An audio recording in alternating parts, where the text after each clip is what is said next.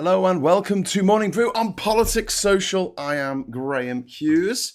Nice to have you with us this fine morning. It is Tuesday, the 2nd of September, 2025. We've got One Angry Pagan, we've got Lost Missionary, we've got Plum Duff in the chat. We've also got Vendetta 9000, we've got K8 Nimbus, we've got L, we've got Paula. We have got Diz in the chat as well. Hey everyone, Billy Kershaw, Ivan is in there, MH Carer. Hello, Pete's Music, Liam is in the chat. Hello everybody, how you all doing this morning? If you'd like to join our friends in our friendly chat here, all you need to do is hit the subscribe button and wait. Just wait patiently for 1 minute, one good minute of your time, and then you can write things that appear on the screen, as long as they're not mean. Don't be mean on the screen, or we will mute you and boot you. Anyway, so today we're going to talk about Labour panicking. Now, the other week, I was having a chat with Phil, as I do on Friday afternoons, and I was talking about the polls and it looking pretty fucking dire for Labour, to put it mildly, and also for the Conservatives, and also for the Lib Dems, and also for the Greens, and just everybody. It was looking dire for everyone that wasn't refuck. And I felt like I, should put in, what I think Labour should be doing. And I said, I want Labour to panic and go shit and change course, right? And I realised as soon as I said it, when you say something you think, actually, and Phil pulled me up on it straight away, you don't really want them panicking.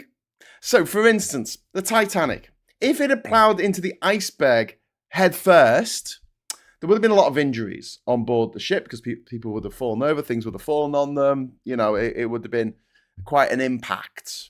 But they weren't going that fast. You don't go that fast on a ship. Like, it's 20 miles an hour maximum. Like, it's not that big an impact. But the ship wouldn't have sank. Because they went, oh shit, naturally, steer away from that massive iceberg. It punctured the side of the ship in such a way that it allowed all the bulkheads to fill with water.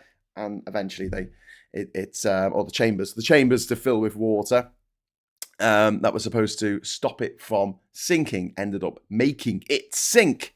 The unsinkable ship. So, panic, not always the best course of action.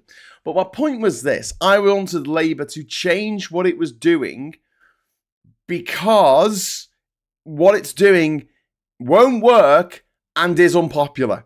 Like, the two things that you don't want to do when you are in government is to do things that won't work and to do things that are unpopular at the same time. You can do things that are unpopular but will work, and you can do things that will work but will be unpopular. Oh, that's the same thing, isn't it? But things that are popular but maybe don't work as well as you want them to. But this is like the worst of all possible worlds, okay? It's unpopular and it won't work. And I'm thinking today, so they've got back after this summer where they've just obviously been in a sweat lodge together, freaking out, going, what do we do? What do we do? And their big change has been, they've put Darren Jones, is it Darren Jones? They've put a new guy in as an advisor, well, not an advisor, an assistant or something to the Prime Minister and Chief Secretary, I should say. Assistant, really, isn't it? It's like an assistant director in a film, isn't someone who, like, also directs. It's someone who is an assistant to the director. Do you know what I mean? You know what I mean? And this is why what we needed was, if they were going to panic, right, we needed them to change course. We needed them to change course for the good ship Labour or the bad ship Labour, depending on your I was going to say sexual preference there, but yeah, okay. Depending on your sexual preference, because Labour seems to be going after the LGBT QIA community like a bunch of because at the moment. So it's not looking particularly great. So they shuffled a few things around, like really tinkering with the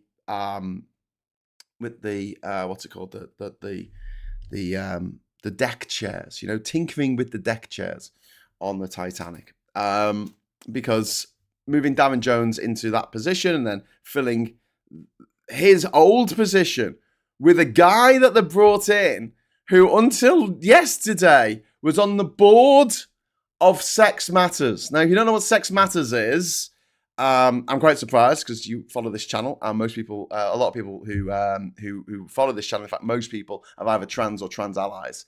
But Sex Matters is a vile transphobic group.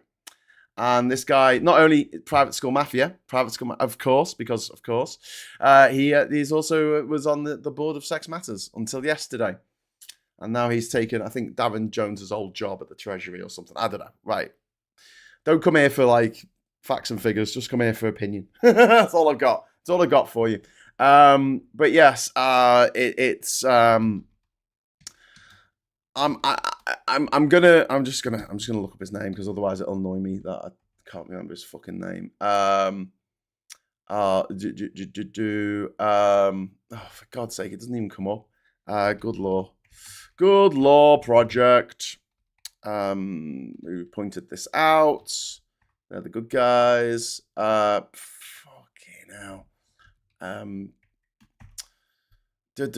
No. Okay, so the internet's not going to tell me what this bloody guy's name was. Someone will tell me in the chat, I'm sure. The State of UK Politics, 2010, I agree with Nick Clegg. 2025, I agree with Nigel. Was climbing up Everest with Aid Thompson on Friday night. What? I'm really concerned about Tim Allen. I knew he was in, what wasn't he, Home Improvement? So Tim Allen has been brought into Labour comms, and he is, like I said, he's a vile transphobe. He was part of Sex Matters. Talking of being a transphobe, there was really unfortunate news yesterday that Warwick Davis will be reprising his role as Professor Flitwick in the new Harry Potter TV series. Now, up to this point, I quite liked Warwick Davis. Obviously, he was in Return of the Jedi as a kid. He obviously played the main character in Willow, the TV show of which was shit, by the way, painfully, quite painfully shit. Listless and boring and weird and shit. But I did like Life's Too Short, although I did have a bit too much Ricky Gervais in it. But yeah, he's decided to reprise his role as Flitwick. And as one of the members of the dwarf community actually has spoken out about this and said, Warwick, once these billionaires go for one minority group, they'll just keep going. They're not going to stop. They're going to be, we took out that minority. Hey, we made them feel bad about themselves. We'll just leave it at that. And to be part of a minority group and such a prominent person in that minority group to sign on to the new Harry Potter TV show, for me, is disgraceful. It's disgraceful. It's and stupid. It's putting your head in a crocodile's mouth. It's like, don't do that. Oh, I'll be fine. No. Don't put your head in a crocodile's mouth. Just don't do it, Warwick. Don't. Oh, you've done it. Okay. Well then, don't come crying to me if the crocodile bites your head off when they decide that little people shouldn't be on the TV anymore, which is something that you've seen recently, a trend that has emerged in recent years, probably since Lord of the Rings, actually. So not even that recent. It's over 20 years ago that Lord of the Rings came out, of casting people who aren't dwarves to roles of dwarves in TV shows and films and stuff like that. I think Peter Dinklage had a big role in this for speaking out, saying it's a bit fucked up that we have these roles that are written for little people, but at the same time, the Tyrion was written as a dwarf in the books by G.R.R. Martin. So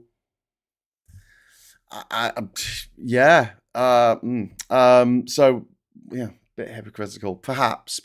But we've seen Snow White and the Seven Dwarfs came out, and the little people were computer generated, and we've seen that quite a lot in other things where they've just got people of normal height, standard height, whatever you want to call it, and we said, we'll make them smaller in using CGI, which isn't really helpful if you're a dwarf actor or actress, which isn't great. But yeah, anyway, so that you dance with the devil don't change. The devil bites your head off, which is true. Yeah, Tim Allen was the Muppets Plum. Get rid of Morgan McSweeney. Couldn't agree more. As time goes on, JKR becomes more and more obviously a hate merchant. Oh, absolutely, person impersonator. She's vile. She's absolutely vile. And I mean, when can I just clarify something as well? When I point out that she went after people who weren't white, saying that they were trans, when I say they weren't even trans, she's just calling them out. So I'm not meeting them on their level. I'm not going, oh, but it's okay because, they're not trans. No. That's not the problem. The problem is that she is not just a vile transphobe. She's also a vile misogynist and racist. And that comes through when she starts pointing her wizened little finger at other people, at other women, and saying, you don't look feminine enough for my liking. I'm going to make a public nuisance of myself by calling you horrible names, which could get you, killed in your own country. There you go. And calling you a cheat. That's effectively what she's saying. And she hasn't got a point. Even if these women who she's accusing of being trans, even if they were trans, wouldn't be a problem. Not a problem. Not a problem in the world of sports. We were dealing with it. The Olympics, the World Athletics, they had things in place. They weren't perfect by any stretch of the imagination, but it wasn't as exclusionary as it is now. Anyway, we need to get back to what I was going to talk about at the top of the show, which is Labour's panic. John Rhys Davis, a big guy, played the dwarf Gimli in the Lord of the Rings trilogy. He did. He also played Salah in Indiana Jones. In the first, third, and fifth installments. And Plum, when I went to Cuba, my insurance was £1,000. That was 2015. That's bloody expensive. Jesus. Starmer can't jail anyone. It's just what the courts do, though Farage would have you believe different. Well, Farage is currently in America. Hey, listen. He's saying he's going over there because he wants to talk about this woman who pleaded guilty to a crime that was put on the statute books in the 1980s. 1980s, this what she did was a crime, and she pleaded guilty to it, and she was put in jail for a year because she pleaded guilty to that crime. What she did, she pled guilty to it. Like it wasn't like it was a jury trial. She said she was innocent, and Keir Starmer was on the trial and also the judge. That didn't happen. What happened was she was found to be guilty because she said that she was guilty. Okay. Police, I did that crime that you think I committed. I totally did that crime. Okay, then, you person who did this crime, we're going to have to put you away for a long time. Okay, good. Oh, no, actually, no, I'm a political prisoner all of a sudden. What else have we got in the chat here? Frigs, love and blessings, says one angry pagan. Isn't it Tuesday today? Isn't it Tuesday and Hughes? Tuesday. And can Starmer jail Tommy 10 names? Not. I don't think he has the power to just jail him out of spite. But I think Tommy 10 names has committed enough crimes to be put in jail again and again and again. Server says, just got a text from government agency, alert test 3 p.m, 7th of September. Ooh, that'll be interesting because I won't be in this country. I'll be in Canada on the 7th of September. So, I wonder what will happen. Right, anyway, so just want to let you know, 7 o'clock today, or 2 o'clock Washington time, Donald Trump is going to emerge out of his coma or whatever the fuck he's been in the last few days, and he's going to make an announcement. There's going to be an announcement 2 p.m. Eastern Standard Time, which is going to be 7 p.m. here in the United Kingdom. I think it's 7 p.m. We will find out what that is, and we'll be talking about that possibly just before Geoscope starts. So please join us tonight at 7:30, where we'll be raking through what Trump's announcement is. I don't think it's particularly helpful to speculate on what his announcement is. I know what I hope it is. I know what a lot of people watching this hope it is. Yeah. But just in case it is, I have got me little kazoo thing. What's it called? Thing to, yeah. And I've also got my LG. I've also got my Pride fan. If you can get it open. Oh my god. Embarrassing. Oh my God. I don't know why I bother sometimes. I did it the wrong way around. There's only one way you can do it. That if you turn it the other way around, it doesn't do it. Anyway, so yeah, hopefully, fingers crossed, champagne on ice. And yes, we've discussed on this channel that Vance is going to be worse than Trump in many ways. But one way he won't be worse than Trump is that he won't have the popular appeal of Trump because he has all the appeal of a shit that's missed the toilet. Okay, so let's get back to Parliament.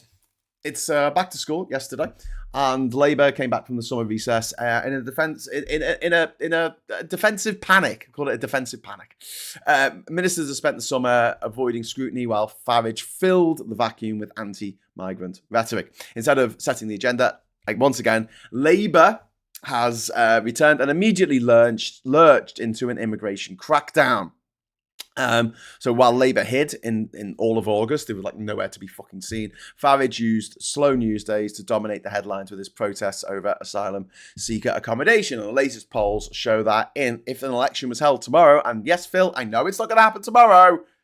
I know it's not going to happen for a few years, but this is the polls at the moment, okay? And I know a lot of things can change, but at the moment, as things stand, you've got to understand that Refork aren't just going to win a minority, they're going to win a majority. They're literally going to win a majority. The way things are going, with Labour winning fucking 80 seats, the Lib Dems winning about 80 seats, and the Tories winning about 40 seats, and the Greens nowhere to be found. Like it is pretty grim. It's pretty grim at the moment, and I know things are going to change, but I'm just saying, like at this time, it's looking a bit, squeaky bum time for Labour and the country that doesn't want to be under this fascism, this imported oil-based fascism. Don't forget, one of the big sponsors now of Refuck turns out to be Heathrow Airport, one of the biggest polluters in the country. Heathrow Airport, who's got a massive stake in Heathrow Airport? What was that? Qatar. Qatar. One of the biggest oil producers gas producers. They've got huge gas fields in Qatar. And you need to know a little bit about the history of the Arabian Peninsula. That they literally drew lines around the oil fields and gas fields and created Qatar and Bahrain and Kuwait. They just drew a line around it and went, no, there's an oil field there. That could be in its own country, just in case they couldn't deal with the Saudis or the Arabians or the whatever the House of Al Saud in Riyadh. So yeah, that's how these places came into being, and they completely rely on fossil fuels. Let's just find out how much percentage Qatar. Export, would you say? Export fossil fuels. Okay, there we go. Fossil fuel exports. 85% of Qatar's exports are fossil fuels. 85%. That country and Saudi and Bahrain and Kuwait and the UAE will collapse if they don't have that money flowing in from their filthy, disgusting, carbonaceous slime that they are forcing us to drink. They are kneeling on our chests and forcing us to ingest their disgusting slime. And these people go on about, all these foreigners coming here. I don't mind the foreigners coming here, mate. It's the foreigners sitting in their own country counting the money that they're making through interfering in our politics, through sponsoring gobshites like Nigel Farage and Richard Tice to say, oh yeah, climate change is not real. It's not real, It's just made up by scientists. And all those storms we keep happening and all these, these effects of climate change and these heat waves and these floods, and they're all in your mind. All these wildfires in London, that's normal. They've had, they had a wildfire in London in 1666, didn't they? Yeah. Started in a bakery in Pudding Lane or something. Was it someone making a pudding in Bakery Lane or something like that? I can't remember. It was a long time ago. I was drunk. Anyway, might have started it. I don't know. But when life gives you lemons, don't fucking don't shove them up your arse. I'm just saying, make some of the fucking lemonade. So yeah, just mind blowing, absolutely mind blowing that Labour are looking at the stats, looking at where they are at the moment, looking at the polls and going, okay, well, instead of changing course, we need to go faster. We need to go harder, and that'll win. That'll win. So, like I said, when Labour hid, Farage used these slow news days to dominate the headlines, over migration, over asylum seeker hotels, over putting flags up on every fucking lamppost in the country, and media saturation followed. Farage has an uncanny ability to get outsized coverage. It's as if he went to school with all the people who run the news shows and the channels in this country. It's almost as though there's no boys network that runs this entire fucking country, and the rest of us, the 93% of us who went to state schools, don't even fucking get a word in edgeways. And you know what? If you mention this and you point out to someone, there's nearly 1,300 names on a list that I put together called privateschoolmafia.com, just telling you who's in the public eye and what school they went to, private school they went to, and I get all this shit. Like you're being anti-elitist. What? You just don't want people to succeed. You just want to take away the opportunities from the middle class. The middle class, right? I've got to say this: the middle class is more than 7% of the fucking population, mate. It's a lot more. It's a fucking lot more than 7% of the population. Middle class, yeah. Middle class aspirations. We have aspirations for Tarquin and Guinevere to go to the posh public school down here.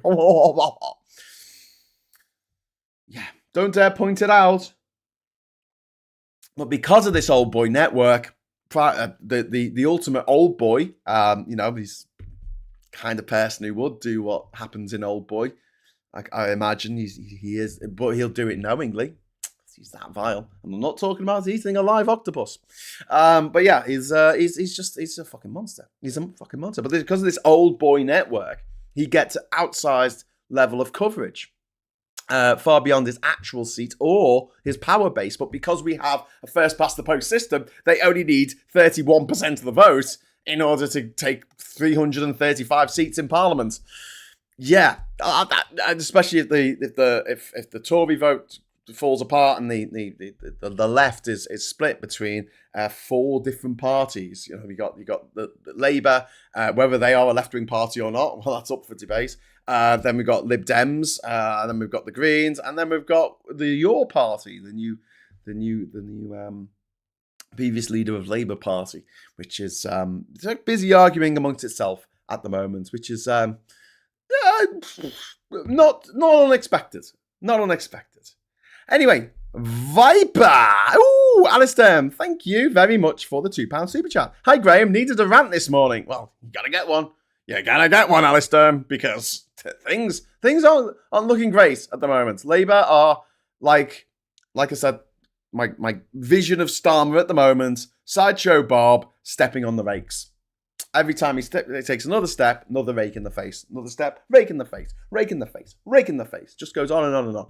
That sequence actually went on a bit longer than it was meant to, apparently, because it was the episode was running short, so they had to make that scene a little bit longer, and so it ended up with all these lots and lots of rake. It was just going to be one rake, just for a joke, but then they thought they'd add 10, 15, 20, 50. Okay, so the result of Farage's summer of hate is that polling has shifted. And immigration has overtaken the economy as the biggest issue in Britain, which just goes to show how much power the Old Boys network had over the popular imagination, over the way people think in this country is dictated by the machinations of the super wealthy, of the Murdochs, of the Rothermeres, of the Farages, of these gruesome gobshites who just want the billionaire class to have everything and everyone else to have nothing. Because they're thick as pig shit. They don't understand that in order for them to make money, people need to have money. But this is the capitalist class. They don't understand much. They just understand money that was given to them when they were a kid by their fucking parents. And their parents went, here you go, have loads of money. And they went, oh my God, I use this money to make more money. I am a genius. They took their dad's $90 million that they were giving them. And over the course of 50 years, they've managed to make 92 million. Well done. Well done, dickheads. Ivan, thank you very much for the £10 super chat. The far right wants to make out that migration is the most important issue to the public. This is not the case for most everyday people. It's the NHS, the cost of living, housing, the environment, etc. Yeah, you're absolutely right, Ivan, and thank you for the super chat. However, because of the manipulation by the media and the manipulation by these gruesome dinosaurs, these billionaire dinosaurs who are trying to pit us against each other, that now at this moment in time, migration is the number one issue, and that is exactly where Farage wants the battle. This is ridiculous. They talk in football, and it doesn't make much sense, but it does in a way, kind of thing about the home advantage in football. You play two games, you play a home game and an away game, because very early on in the football league, or maybe the cricket league, or whatever it fucking was before it was football, that they realised that if you were playing in your home pitch, your home turf, your home ground, you play differently, you play better, generally speaking. You had a home advantage. So what Farage has done is he's got the home advantage. Immigration has always been Farage's calling card. Since long before the Brexit referendum. But remember the poster, the breaking point poster, that was all about immigration. His pitch for leaving the EU was all about immigration. It's where he feels safe. That is his home turf. That is his home ground. And Labour, instead of forcing Farage to play the game of football at their stadium, they're travelling to Farage's fucked up, dilapidated, nasty little shitbag stadium, which smells of shit and is covered in graffiti, and there's traps. He's laid out fucking landmines on the pitch. And they're like, yeah, let's play here. I'm like, well, fucking no, don't play on his pitch. You'll fucking hit you're standing on a landmine, you daft twats. But did they get this? Do they fuck? Francis, thank you very much for the £2 super chat. Sick of this hateful crap. Oh, I'm sorry, Francis. Are you talking about me? Are you talking about me being hateful towards Farage or Trump or Vance or Tice or Aaron Banks or Andy Wigmore or Liz Truss? Oh, you mean just the hateful crap in general? Yeah, I hate the hateful crap. I'm intolerant of intolerance, and I hate the hate. Sarah said, did you see Terry Wogan's son moaning because he's inherited Wogan's mansion and has to pay inheritance tax and can't sell the mansion because he wants 3.6 million and it's not selling? What a terrible position to be in, Look, I've said this so many times. We were talking about this yesterday. Like, there is a very big difference between the money that you've laboured for and the money that you've just accrued by having money or being born to people with money. And inheritance tax very much falls into the latter category. You did no work for that. And we talk about inheritance tax like it's this, you're being double taxed. And if you get that argument from anyone who's not a multimillionaire, which makes no sense because you can inherit £1 million off your parents, 1 million before you have to pay inheritance tax, and you only pay inheritance tax on anything over £1 million. And I'm pissed off people going, well, £1 million isn't that much money these days. You fucking kidding me? The threshold for paying tax is 11,800, is it? So there's people in this country living off less than £12,000 a year. So they're going to make $1 million after working for how many years? How many? 8 years for 100,000, and then you got to times 80 years. 80 fucking years. They'll make $1 million. Well, it's not that much these days. When you look at house prices and stuff like, well, house prices are too fucking high. Sell the fucking house, downsize. You don't need to live in a fucking mansion. I love this idea that people should keep the life in which they've become accustomed. Like, it's cruel not to let someone live in a mansion. Where did we get this idea from? I mean, and look, I understand that there are marriages that break down, and I understand that it does seem a little bit unfair when one side of the marriage didn't work and the other one did, and they earned all the money and the other one didn't, and then they get divorced and the other one takes half the money. And I get that, right? I get people get upset about that. But at the same time, if the other person did literally nothing, then they might have an excuse. But they don't. They're usually the other person in a relationship where one is working and one isn't, which is quite unusual these days because who has the money to do that? The other person is looking after children, or is cleaning the house, or is fixing things, or, maintenance, doing the maintenance around the house, right? You're going to say that being a landlord is a full-time job, which is not. You look at someone actually looking after a house every single day. So yeah, I understand that there are work labor that people give for free in a relationship, and that should be paid for, right? I get that. So at the moment of divorce, I don't mind it being 50-50. I think fair enough if you were daft enough to get married in the first place. Sorry. You know how I feel about marriage. But that's the rules. That's the rules. You split it 50-50.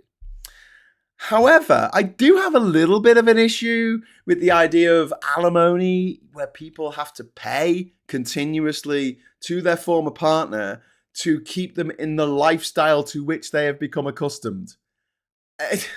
I understand it to a degree that, like, okay, you don't want someone who's gets divorced and ends up living in a hovel. But that doesn't normally happen. And if there's a lot of money involved and you get half of it, well, there you go. You've got half of the money. Do your own thing. I understand it with kids to a little bit more degree, but as long as those kids have a roof over their, so I understand with having to give child support completely, 100% child support. Yeah, all for that, right? But alimony, like, and put it at a level where you've got to maintain the lifestyle of the person you're in a relationship with, even though you're not in a relationship with them anymore. That to me seems a bit, that's where I draw the line. That's where I draw the line on that. But again, it's like getting money for doing nothing, getting money for just a chance of fate. And if your relationship breaks down, it's broken down. It's over. Go find someone else. Go find another money bags to play with. But yeah. Terry Wogan's son doing the bog-eyed jog says it's warmed up. Scott, all fair as can be expected. Old comes and calling and brings his friends uninvited. Viper says in NHS Scotland, band 1 was 16,000. It's now, because the Scottish government, it's no longer starting at 18,000 to 22,000. My brother had to buy his ex out of recurring payments. Yeah. I have a little bit, but again, it goes back to this thing of I feel as a society, we need to laud and praise and look up to money that has been made out of labor, out of doing something, like proactively doing something. And it could be doing the fucking dishes. It could be looking after a kid. It could be doing a live stream on this channel, whatever, right? There's lots of different things it can be. But we should look at that and go, that's a noble way of making money. So we will tax that less. But when people have just made money by having money, when they've bought an investment and it hasn't just doubled in value, it's gone up in value 10 fucking times, right? I think it's fair enough that the government takes a chunk of that in tax. But we don't. We tax capital gains about half the rate that we do for a high earner who's actually labouring, who's actually going into the office or working down the mine or, climbing up a lamppost to fix it or put a flag up or whatever they do these days. The point is that we don't. We value people more who invest, and then we think that we shouldn't take their money away from them. For this reason, and this is the thing with inheritance tax as well, they go, but then that money is taxed twice. And what you need to say to people who ever dare say we're being taxed twice is get them to explain to you why a pensioner who's still working is paying tax on their pension, right? Who's still working, they're paying tax on their pension. And then they go out to Woolworths and buy a Kylie CD, and it turns out there's VAT added to that. VAT added. That is you being taxed again for having the audacity to buy something. But here's the kicker. If you don't buy things that you don't probably need, the economy falls apart. In our capitalist society, we need people buying stuff. That's the way it works. Squeaky Graham. Alistair, Squeaky Graham? What? Why am I squeaky? Do you want the squeaky tank? Terry Wogan, Stonehenge, haircut, Vic and Bob, lol. And One Pagan, it's no simple thing to change the tax system, especially when global economics is so fraught. Yeah, I know, but you can put up capital gains tax. You can. It's like, oh no, I earned that money. No, you didn't. You didn't earn it. You just accrued it. It's different. It's like finding it down the back of the couch. That's how he'll talk in Liverpool. Scousers talk fast, says Martin Harrow. Oh, is someone watching it on double speed? And Chris says, thinking that Newcom's director appointment is linked to EHCR document coming out soon. Wonder who's been brought in to help them fend off media about this. Well, I mean, I think that they've done themselves an absolute mischief by going down this route, trying to be, I don't know, Farage light, refuck light. I mean, who wants that? Who wants that? Tax wealth, not earnings, says George only. Yes, exactly. But here's the thing. So with wealth, it's hard to tax that because people scribble it away and it can move and stuff like that. That's why I think that we need to be looking at land tax, property tax, stuff that can't actually move, bricks and mortar. But when you hear stories about these big companies like Starbucks, McDonald's paying fuck all in tax, that's the kind of thing, right? Because everyone thinks they're going to be rich one day, and they're kind of like, I don't want the government taking 40% when I'm dead rich, right?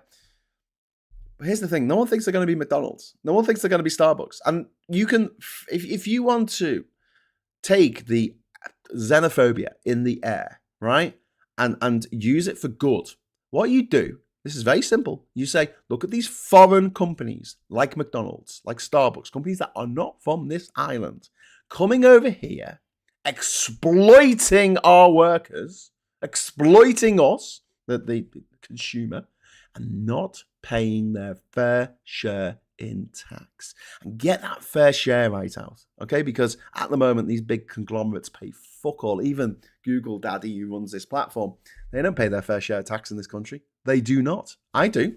I have to pay my tax, if I get enough super chats. In fact, let's put together a goal. Here's the goal. Let's do 10 super chats in 30 minutes. Make me pay tax. So there you go. And that's all the colours. So I don't think it's you just give 50p or something. Put 50p in the idiot. Oh wow, Ivan, thank you so much, Ivan. My document of evidence to Parliament for the inquiry into the Autism Act 2009 has been published by the House of Lords. Congratulations, mate. Fucking well done. Search Autism Act 2009 inquiry, select written evidence. I'm on page 16 of 19. Well done, mate. That is fantastic. Thank you so much for the super chat. Really appreciate that. And thank you for just being an awesome human being. Thanks, Ivan. And someone needs to be standing up for people who are on the spectrum, who need more support, because there's so many people in society at the moment who just don't care. They just do not care. They are born without the caring gene, and they are just on this planet for their own sick, twisted hedonism, rather than looking out for the more disadvantaged people in society and trying to alleviate the disadvantages and try and make a more fair, equitable society in which people live the life that they want to live, instead of this is what the system we've got now, where we just demonize people for being different, which is a slippery slope. It is a slippery slope because, come here, listen, everybody's different. And the differences that we target changes. over time. And one day, it might be you. I'm not going to recite the poem, but it might be you. And there might not be anyone around to speak for you. So, let's get back to Labour being fucking dickheads, right? So, Yvette Cooper has made these bold statements on refugee clampdowns. They want to clamp down on international students who claim asylum after their visas expire, and they want to suspend refugee family reunion applications, which is one of the few ways that people could apply for asylum in this country without having to make a dangerous crossing over the channel. So this is shutting down one of the last safe routes into Britain for refugees who aren't Ukrainian, who aren't white. So let's say non-white refugees. The NWR, the non-white refugees. Instead of showing strength, this has very much revealed fear in the heart of Labour. And Labour is, like I said, it's playing a match on Farage's fucking grounds that he's put loads of traps in. Anyway,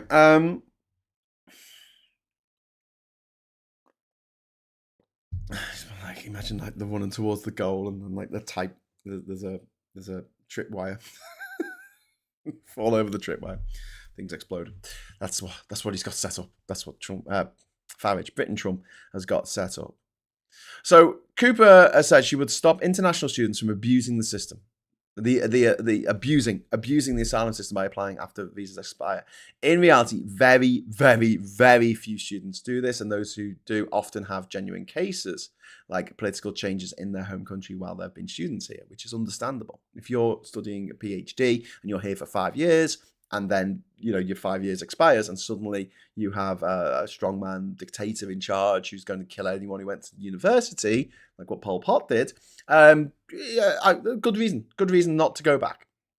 The numbers are tens of thousands being contacted to say you can't claim asylum, but a mass letter writing campaign is not solving systemic problems. It's optics.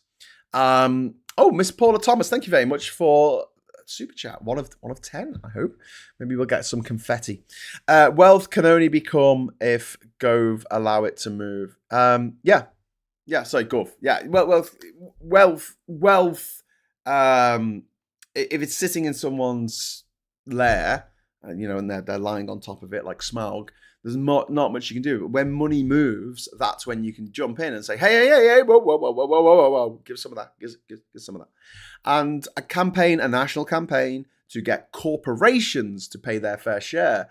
I think that these fucking dickheads at the Express and the Mail and even the Sun would have trouble. I think they would have trouble even trying to cook up headlines to say this is a bad thing.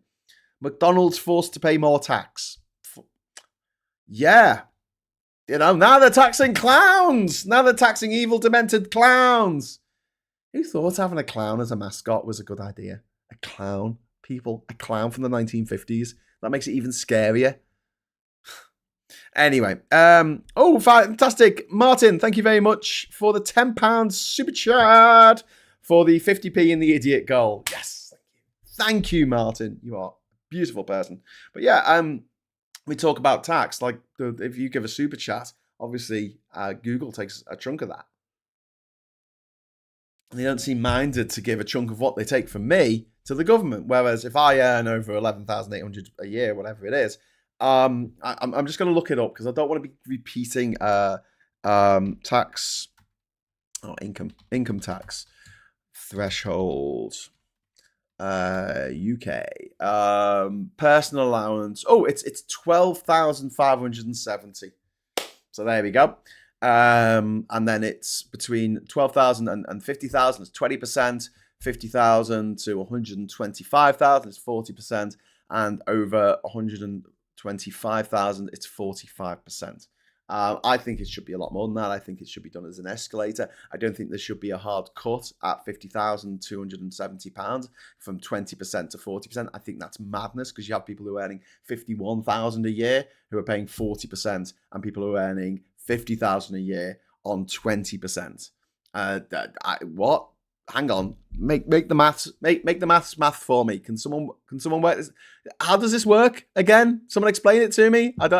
It should be a sliding scale. It should be, it should go up incrementally, and not be a hard cut of you pay twice as much tax if you earn £500 more than 50 grand. If you earn 50 grand, you pay 20%. If you earn 50 grand and 500, 50 grand and 500. As we say in the old ways, in old money.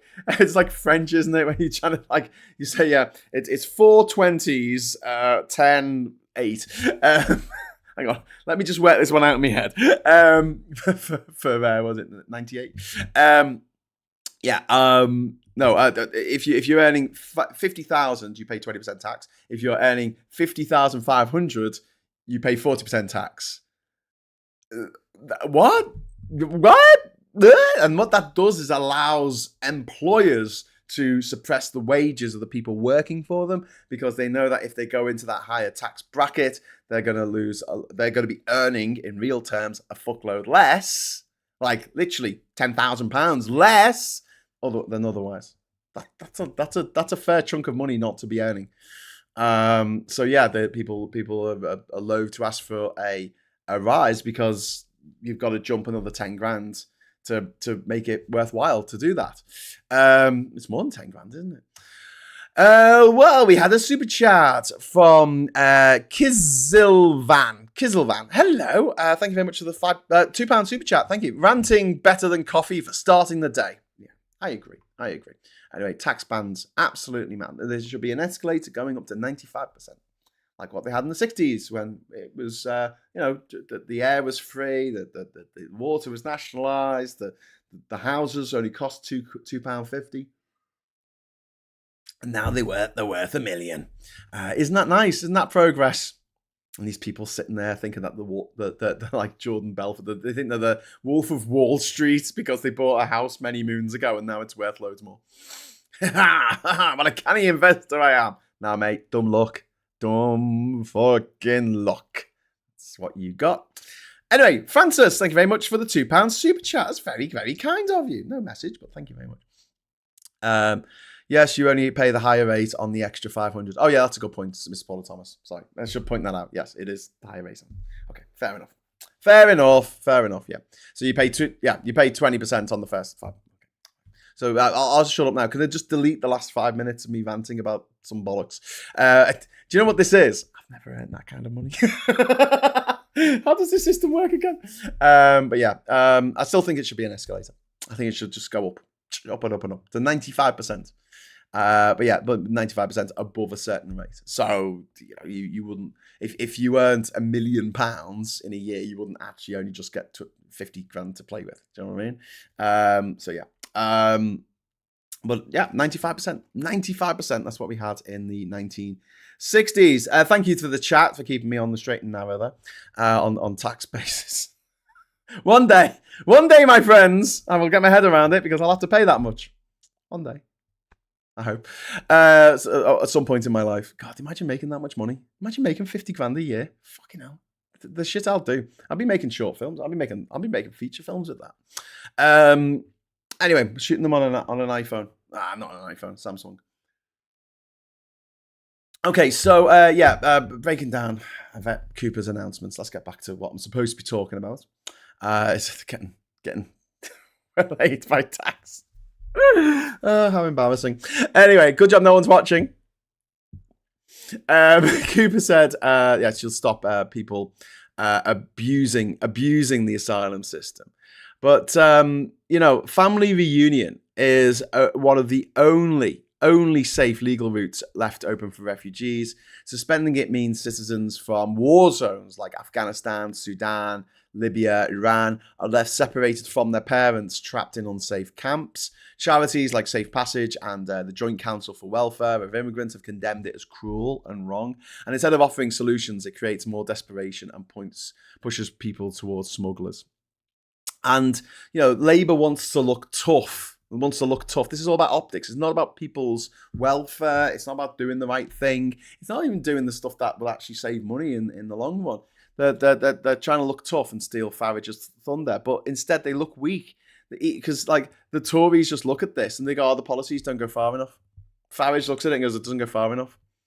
And then refugee groups condemn them, and Labour is attacked from both sides. Instead of appealing to their natural base, Labour are abandoning their natural base, left, right, and centre, and going for these lunatics who have already given up their vote to Nigel Farage. Labour seems to be stuck in this doom loop at the moment. Doom loop. Viper Scott, I have stated before, there's 6 bands. Thank you very much for the super chat, mate. Band 1, 2 pay lower tax. Band 3, 4, 5, 6 pay incrementally. Band 6 pays 20% more in Scotland. Yeah, Scotland seems to do it a bit better. Nick Chat says, you're regularly reminded that beyond a certain level of wealth, money becomes highly mobile and will always go where it's treated best. The UK really isn't that special for those with options. Yes, Nick, you are right. And that's why we need to be smart about how we do this. So, for instance, Labour go, oh, we're going to punish these people who run these water companies for polluting our rivers and our streams. Like if I go up to, if I get the water pipe that comes into people's houses, right, and I open it up, right, and I do a shit in it, right, I think I'd be hauled over the coals for that. I think that I'd be arrested, quite rightly, and I'll face some kind of trial or sentencing or something like that. And I would expect to be a custodial sentence because people could die. People could die from me shitting in the water supply. And yet these water companies are shitting in all our water courses, like filling them with shit. And they go, well, what we'll do is we'll stop the bonuses. And they're like, okay, no more bonuses. All right, well, I'll just pay myself more then. And it's like, did you not see that coming? Did you not see that? Did you not see they were going to do? Yeah, capitalist monopoly. Surely that's an oxymoron. Surely that is an oxymoron. But let's get back to family reunion. And the fact that this is making Labour look weak, it makes them look cruel. Children are going to be left alone. Kids are already traumatized by war, and left without family support. This isn't a tough policy. It's institutionalized cruelty that punishes the most vulnerable, children. And it pushes people into smugglers' hands. If you shut down safe routes, people will take more dangerous ones. Boats across the channel aren't increasing because of pull factors. They're increasing because the safe options are being closed or have been closed. And what's going to happen if you think about this, right? The only way to get asylum in the UK is by stepping foot on UK soil. Unless, up to this point, you could send someone from the family over, and once they had their asylum claim approved, they could bring over the rest of the family. Now the whole family's going to come over. This is going to be more children on these boats, on these rickety fucking boats, or these little plastic fucking inflatables coming over the channel. More children on those boats. What the fuck, Labour? Like, seriously, this is your plan. This is your great plan. Put more children on boats. There you go. That'll stop them. That'll put them off. This is exactly what Labour's doing at the moment. This cruelty, for like its own sake, this performative politics is going to make no difference to the number of people coming over here. It's just going to make their job, not getting paid for it. It's just going to make their task more difficult to claim asylum here. But they're still going to do it because it's come here or die for a lot of people. The idea was you could get to Britain and then you could get your family over. But now you can't. Family who might be stuck in a refugee camp on the border of Syria or something, on the border of Jordan. They could get them over. If they could just set foot on this island, that was the process. That was the system. Now it's even more cruel. You've got to bring your family, your little kids, your little babies from that refugee camp on the border of Jordan. You've got to get them all the way through Syria, all the way through Turkey, across Europe, in order to get refugee status here in the UK. Even apply. You won't even be allowed to apply for refugee status. Now, did they say, but at the same time, we are going to open up safe routes? No, they didn't. They're just closing down the one way you could kind of safely bring a family over here who are escaping war and persecution. And so this policy is going to fail. It is bound to fail. It is doomed to fail. And Mr. Tisk, thank you very much for the £2 super chat. Need to prove income before any dependents let in. Yeah. I mean, It's really grim. It's really grim. K8 Nimbus says people live in certain places because of how they are taxed. There are other factors involved. It's the rich that spout the lies about moving, so let them. Yeah, let them. Let them go and live in fucking Dubai. It's a shithole. It's a fucking soulless steel and glass and concrete shithole in the desert.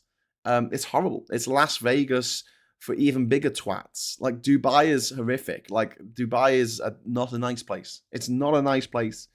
And the people who live there are living there because not the people who aren't Emiratis, they're living there because they don't want to share. They don't want to share with the rest of the world. They want to live in this fucking oven in the middle of the desert. And that's what they think is fun. They want to spend money on really, really expensive luxury goods in a soulless fucking shopping mall. They just want to spend the rest of their lives roaming around an air-conditioned shopping mall like the zombies in Dawn of the Dead. That's their plan. But, posh zombies. Posh zombies. Maybe that should be the name of my next book. I'm going to call it Posh Zombies. I like that. I'm going to write that down. Posh zombies. And just have people in a shopping mall, but with Gucci. Ivan, thank you very much for the £5 super chat. That's very kind of you. The biggest thing wrong for me on this issue is the restrictions on overseas care workers. Yeah. I mean, that's another point, Ivan. We need these people to come over. We need these people to come here. This is why it's so frustrating and annoying that Labour are doing this. Anyway, like this strategy will fail. I'll tell you now, it is going to fail. Because they can't out Farage. They can't do it. Don't even try. And why would you want to anyway? Do you know what I mean? Like, it's like, I'm gonna bite the heads off more kittens than this guy. I'm like, why would you want to do that? Why would that be the challenge for you to face? The far right always moves the goalposts. If Labour bans one safe route, Reform will demand 10 more bans on other things. Labour will always be seen as weak compared with the extremists. And it alienates Labour's base, the young, urban, liberal voters. Core Labour supporters are appalled by this anti-migrant rhetoric coming out of Farage's mouth. And then if it's coming out of the mouths of Labour MPs, we're like, what the Labour ministers? We're like, what the And then this alienating their own voter base while failing to win over hardened anti-migrant voters is a lateral suicide. It's a lateral suicide. It solves nothing. Britain's problems, the NHS, the waiting lists, the housing shortages that we've got, the wage stagnation, the infrastructure issues are not caused by refugees. And every crackdown looks like decisive action, but it leaves structural problems untouched. And older voters say immigration is the top issue, but polling also shows that people blame the rich more than migrants for the state of the country, 44% versus 38%, by the way. So the one unifying Labour policy that polls well, taxing the top 1%, yet Labour avoids that fight. Now, Labour could get on top of this of the situation with the boats. They could do it. They could do it by putting an asylum centre, processing centre in Calais and having a deal with the French. Anyone found in a boat gets taken back to the asylum centre. The asylum centre's rules are simple. If you have applied for asylum in a European country and have been denied it, you cannot get asylum in the United Kingdom. If you have tried to come over in a boat and been turned back, you maybe, we have a system where you're just not allowed to apply again. That's it. So the safe route is there. The safe route is there for you. You can apply in Calais. And you have your fingerprints taken, your iris scanned, all your details put into a system. And then within a couple of weeks, you get your determination, whether you are allowed asylum or not. And then it's already done. So if someone comes across on a boat and actually managed to land in the UK, we can say, well, we've already said no. I'm afraid we're going to now deport you back, not to France, but to your home country that you are fleeing from. That, my friends, is a deterrent par excellence. But I understand the rules are you can't send someone back into a situation where they might die or be tortured, right? So there are certain places we can't deport people back to. So Iraq, maybe not Iraq, but Sudan, definitely. Eritrea, certainly. Yemen, certainly. We can't send people back to these places. So we send them back to France. We just send them back to France. But and we can keep doing that. If they're found in the country, we can send them back to France. I mean, that seems the sensible way to do it. and do a deal with France, and that's the situation. If someone's claimed asylum there, then it's France's problem to deal with, I guess. I don't know, but without the safe route being there, you're going to continue to get boats. The fact that there were no boats before 2017. I think in 2017 only two boats came over. 2 boats. In 2016 there were none. But then we pulled out of the agreement with France that we could take people back who were coming over in boats. Well, there you go. Andrew Ray, who's to supersede Starmer, Dilemma, Darren Jones. Darren Jones. There you go. Darren Jones, he's a bit more sensible. He'll do for a bit. He puts himself across well. Darren Jones. Ms. Paula Thomas, £2 super chat, thank you. The worst thing is legitimising Farage. Yes. Yeah, that's exactly what they're doing. They're going, yeah, he's got a point. He's got a point. These people are coming over here and raping and murdering our women, which they're not. And there's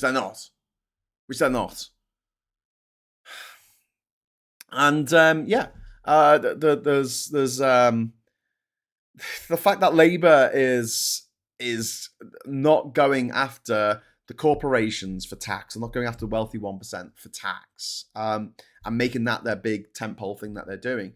Meanwhile, stopping the boats. They literally stopped the boats by putting a processing centre in Calais. That's it. There's a processing centre, and you can apply for asylum. And if you've been denied asylum and you come here anyway, you'll either be taken back to France or you will be flown to, your home nation, or even a third nation. Yeah, that's a case when you could fly people to Uganda or Rwanda or somewhere like that, and it would actually be a deterrent, because they'll be like, oh, hang on, I've had my fingerprints taken, I've had my iris scanned, so I know if I turn up in the UK, I'll be sent to God knows where. I may as well stay in France or find somewhere else to try and live. But if you've already been turned down in European countries, if your asylum claim has been denied, I think that information should be shared with Britain. And, this is not going to be a free service, right? It's not going to be something that's not going to cost the taxpayer anything. Obviously, it will a bit, but you can have a system set up where you charge people. If people are paying £1,000 to get a dinghy, they can pay a couple £100 for the asylum application. So that is paid for itself. And Labour not getting kicked out of office in a few years' time, that'll pay for itself, because if Farage and his dickheads get in charge, Britain's fucked. Britain is beyond fucked. If that happens, I was going to say, I'll take my savings and I'll convert them into some other currency. But thinking about it, actually, I don't have any savings. So, yeah, I'll convert my credit card debt into something else.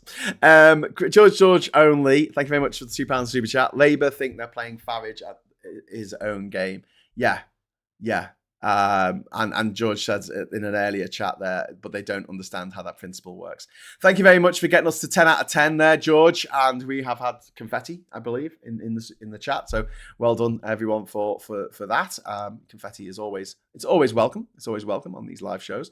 So yeah, Covfefe.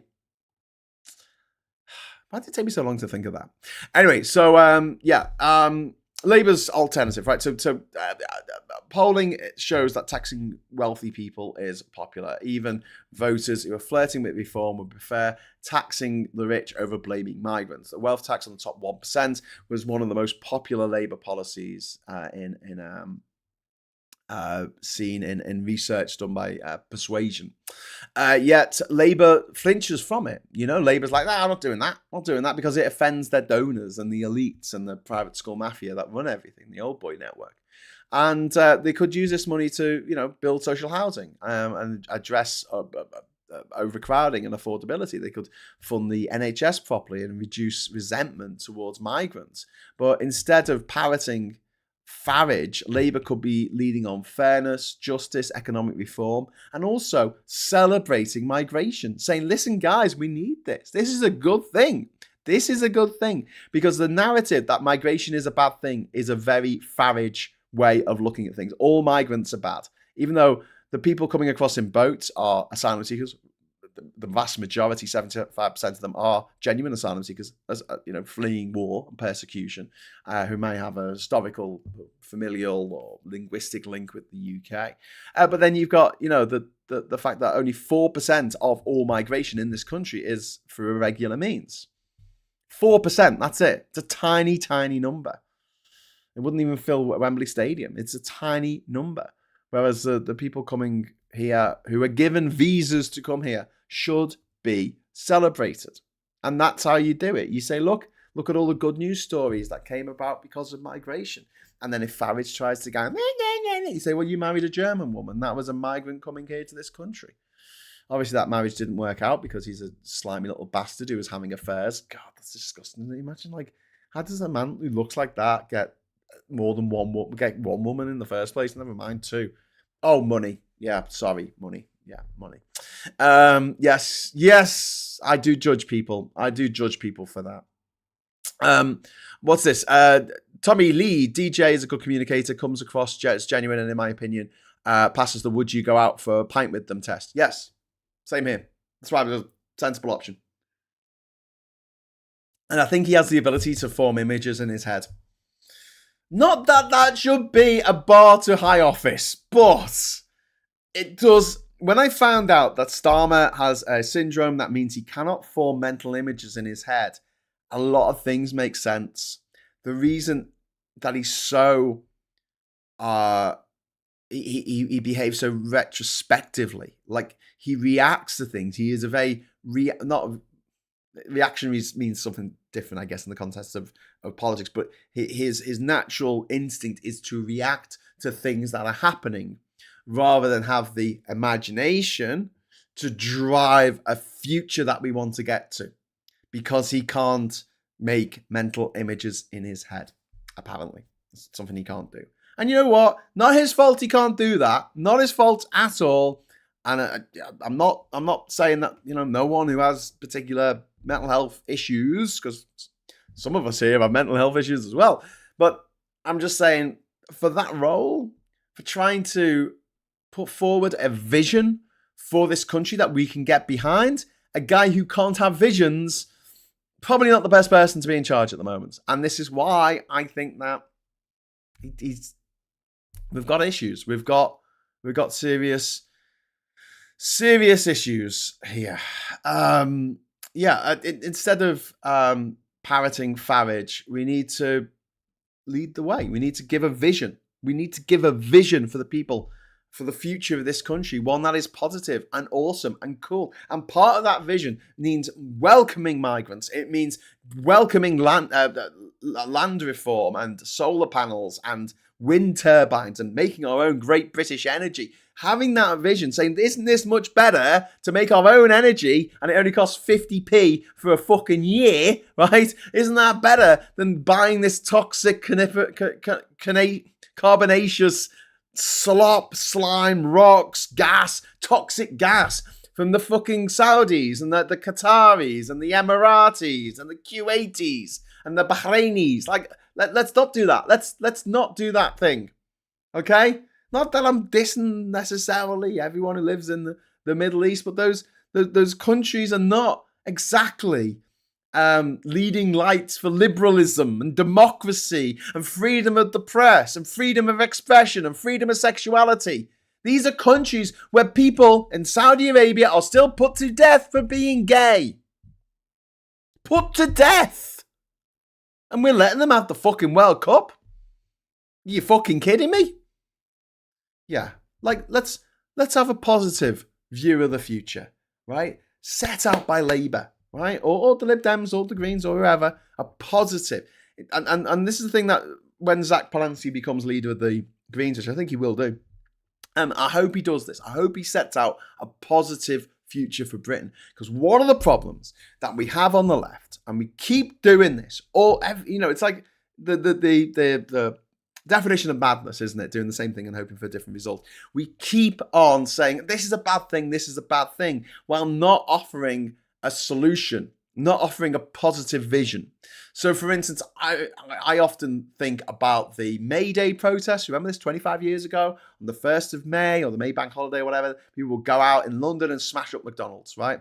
Which pissed me off at the time and still pisses me off to this day, because the people making all the money from McDonald's aren't working in McDonald's in London. The people working in McDonald's in London are working for minimum wage, and they're being terrorised by a mob of students who turned up in London to smash the windows of the McDonald's in which they work in.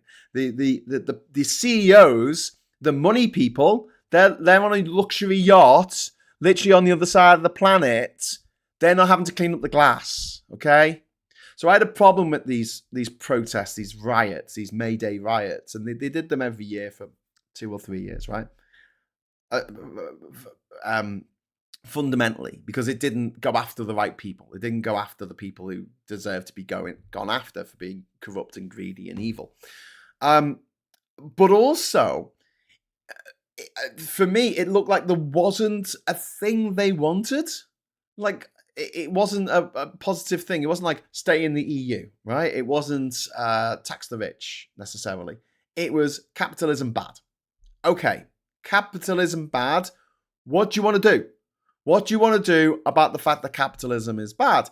And on those placards that people had and their banners, and I'm sorry for offending people who actually were there and didn't smash up a McDonald's, but, you know, I guess everyone got tarred with the same brush on that. An actual way of being that isn't necessarily overtly, disgustingly, disgracefully capitalist, money grubbing, that works, a system that works. And what the right will do is they'll go, oh, you know, you just want communism, don't you? You just want communism, because that's a lazy, thicko answer to the complex problems of the world. No, what we need is regulation. That is it. And I know that's not a particularly sexy thing to say, but we need things to be regulated. Whether that is the economy, whether that is monopolies, right? Monopolies, capitalism shouldn't be anywhere near monopolies because they're an anathema to each other. You can't have a capitalist monopoly. It doesn't work. The whole point of capitalism is you compete against all these different companies and your product is better than theirs or your service is better than theirs, and therefore you make a bit more money than your competitor. But in a world where there's only Coca-Cola, that's not capitalism. That's communism. That's actually gone full circle there. You get less choice. And one of the things that John Steinbeck talks about in this book that he wrote in the 1960s called Travels with Charlie. He's talking about his dog, Charlie, his poodle. Charlie, not cocaine. He drives around America and he talks about how even back then he could see the trend of things becoming the same. You would see the same restaurants, the same fast food joints along the road as you drove through America. Everything looked the same. And that's only accelerated. And to me, that is more communism, but we need a better word for it. But for me, the end point of capitalism is a lack of choice. Is you can only buy from this one entertainment company, Walt Disney. You can only get your water from this one company, Thames Water. You can only get whatever it is, right, from one company, and they run the whole thing. And they're massively deregulated because who can put rules on them? They're a monopoly. And that, to me, the lack of choice is akin to communism. It is like you have to eat this moldy bread and a potato each day, and that's it. That, to me, but we need a better word for it because it's not communism, is it? It's akin to communism, but it's not exactly communism. And we need a better term than late-stage capitalism to just get across the idea, the monotony of life that these oligarchs want when they run all of the social media services. One person runs everything. When one company runs all of the operating systems. When one company makes all of the computers. When one company makes all of the GPU chips.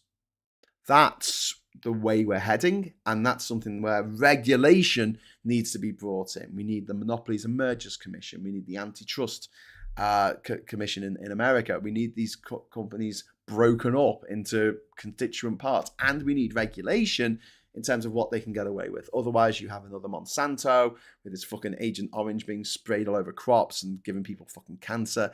You have these big conglomerates around the world who get away with literal murder, and say nothing to do with us, nothing to do with us. They weren't working for us. They were a contractor. Zero sum, 0 hours. Zero remorse. Motherfuckers. Anyway, so to get back onto the main topic of today, and I know I've got habit of going off on tangents. I hope you don't mind that. If you do, I'm sure you would have left a long time ago. Techno-feudalism. BUFC Mike. I know we call it techno-feudalism, but here's the thing. That sounds kind of cool.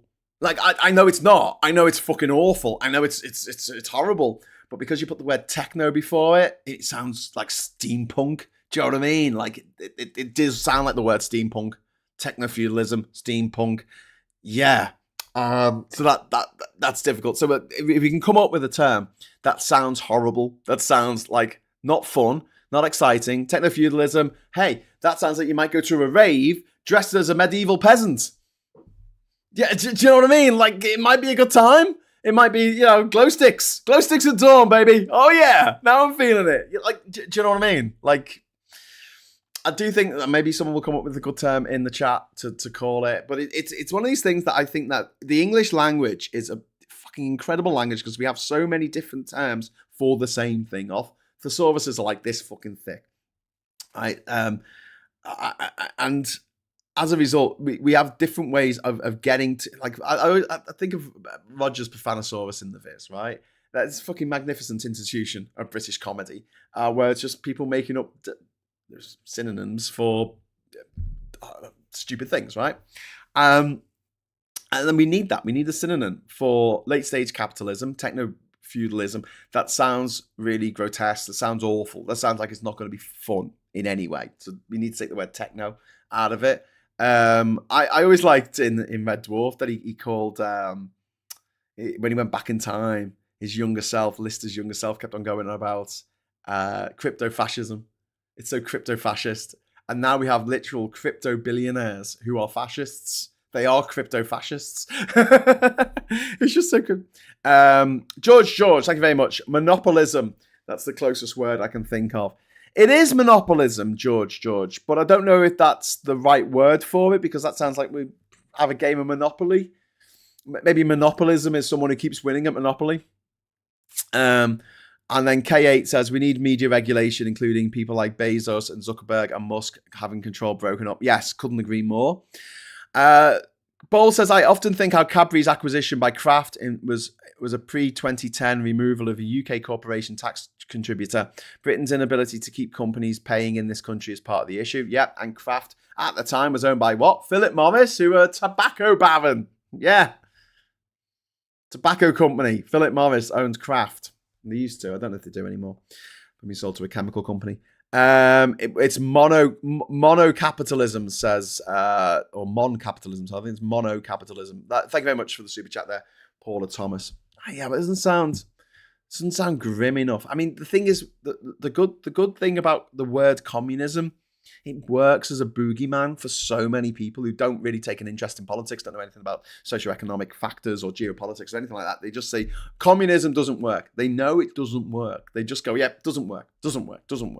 And they're right.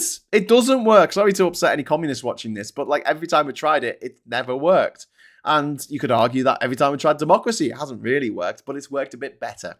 Democracy to me is more like something that is not exactly precision engineered, but it gets you there. It's an old jalopy. It's an old bust up car that you just sort of stick together with a bit of gaffer tape and WD-40, and you get it to your destination. It's shonky, but it gets to your destination. Whereas communism is this finely tuned piece of equipment. But the problem is, if one small part fails on it, the whole system falls apart. The whole thing falls apart, and there's nothing you can do about it. Whereas democracy's got a bit more give. It's more like a TARDIS or a Millennium Falcon. You can just bash it sometimes and just get you to the destination you need to get to. And in that respect, although, communism, I guess communism, what I'm trying to say is like communism's a bit like hydrogen. It will work on paper. I promise you, in 10 years' time, it will work. But also, one of the big problems with both communism and capitalism, where the downfall of both of them, is greed. And so this is why socialism is a good idea, because socialism isn't communism. It's not the state owns everything. We have these monocultures and monopolies and mono-communism. And it's not full on capitalism. It's not like, oh, everyone can just do what the fuck they like until you reach these natural monopolies that come about because these big conglomerates swallow all their competition. So the idea being, like in the Scandinavian countries, that you have state intervention where they go, actually, no, you can't get away with doing that. You've got to abide by these certain rules if you're going to trade in this country. If you're going to have a corporation, if you're going to have a building in this country that is selling things, you have to pay tax in this country. That is the rule. And they go, okay, well, we'll go to another country then. Okay, fine. We can use the buildings for something else. We can change your McDonald's into a Wimpy and it can be based in the UK and we can pay tax on that. Good old Wimpy used to give you the burger on a plate. On a plate. I don't think communism can work on a large scale, but as a model for corporate management, it could work as akin to a cooperative. Yeah, but it's not a cooperative, Bolt. I agree that cooperatives are a better way of running a system, especially in a smaller scale. And I also agree with doing away with having these very large nation states that micromanage everything. I'm a big fan of devolution, not just for Scotland and Wales and Northern Ireland, but also for part of the UK. Devolution for the northeast, devolution for the northwest. Tommy Lee says, I don't smoke anymore, but I do sometimes think about how much money I've given to Philip Morris that I could have spent on fun stuff like building film collection. Yeah, Tommy, I mean, there's a lot of money to be spent on cigarettes because they put it's not your fault. They pushed you to start smoking and they put chemicals in the cigarettes to make them more addictive. Like, literally. And they tested that on beagles, by the way, on dogs. You know when we see, like, rats being experimented on and we go, oh, that's not very nice to the poor old rats, is it? Well, yeah, they made dogs huff cigarette smoke to see what cancers they got, to see what made them more addicted to the smoke. On beagles, mostly. Dogs, yeah, they tortured dogs to death with cigarettes. I mean, the evil deeds of the cigarette companies are just legion.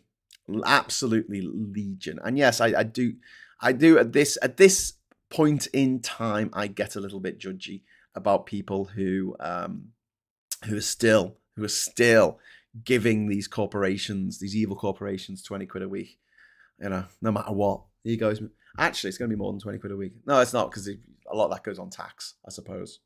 But yeah, I do get a bit judgy these days in my old age. I become very judgmental in my old age.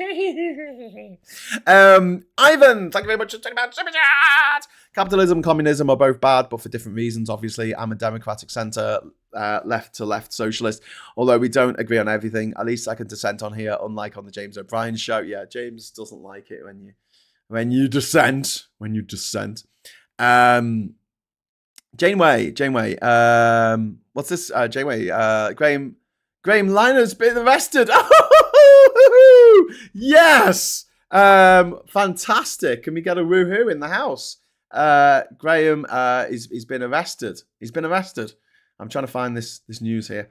Arrested. That must be very breaking news there, Janeway, because it's not actually in the. I can't find it yet, but hopefully it'll happen soon. God, I hate him. He called me a paedophile on his to his thousands of followers. He called me a paedophile, and I can't sue him because apparently he's got no money. I'm told. Anyway, so yeah, where was it? We were talking about the alternatives that Labour could do, and instead of parroting Farage, they could be leading. But I think there's a lack of vision. And when we talk about Labour at the moment, I think the biggest problem is, where is your vision? Where is your grand plan? So Farage has a grand plan of a Britain where there's no one who's not white. No one with a different accent. No one who speaks a different language, apart from English. That's his vision, okay? He has a vision. It's a horrible vision. It's a grotesque, disgusting nightmare. But that's his vision. What's Labour's vision? What is... Sorry, drop something there. The lid of my pen. What's Labour's vision? What is it? What are they trying to do? What are they trying to achieve? just make people's lives 1% better. That's not gonna cut the mustard. That's not gonna make things better for people. It's not gonna improve things for people's lives. It's just not. It's just not. We got Alan Angie Pagan saying greener, cleaner, secure future. The message is already in Labour literature. It needs to be the message being pushed by Labour. Greener, cleaner, secure future. One Angie Pagan, that is the very first time I've heard those words from you. Not from Labour, not from Keir Starmer, not from Yvette Cooper. From you. Cleaner, greener, secure future. Sounds good.